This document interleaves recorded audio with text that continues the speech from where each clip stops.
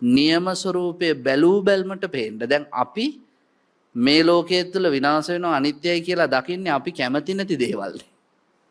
අපි කැමති මේවා අනිත්‍යයි කියලා දකින්න අපි කැමති නැහැ. අපේ හිත නැවෙන්නේ හාපෝ මොනවද එහෙම හිතන්නවත් හොඳ නැහැ.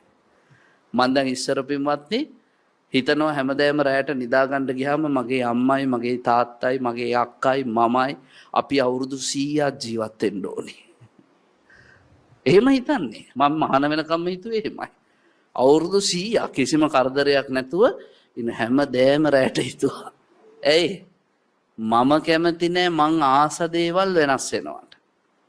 මම සමහර වෙලාවට පින්වත්නි ඔය මිනිස්සු මැරුණාම මලගෙවල් වලට ගියාම කල්පනා කරනවා දැන් ඒ පුතාලා අඬනවා අම්මා මැරිලා තාත්තා මැරිලා මගේ ඔළුවට එකපාරට එනවා මටත් දවසක කොහොම අඬන්න වෙයිද මං හිතට ටක් ගාලා දෙනවා නෑ නෑ මට වෙන්නේ නෑ මගේ අම්මා අවුරුදු 100ක් ඉන්නවා. ඕක තමයි ඇත්තටම අපේ ස්වභාවය. අපි අනිත්‍යයි කියලා දකින්නේ අපි කැමති නැති ටික විතරයි.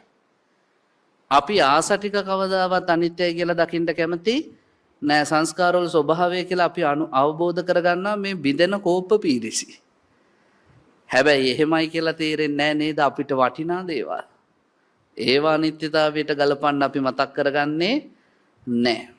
එනිසා මතක තියාගන්න දිව්‍ය ලෝකවල කොහේ කරක් ගැසුවත් අවසානයේ අපිට යන්න වෙන්නේ මහා පුදුම නරකාදියකට නම් ඒ දිව්‍ය සැපයෙන් ඇති වැඩා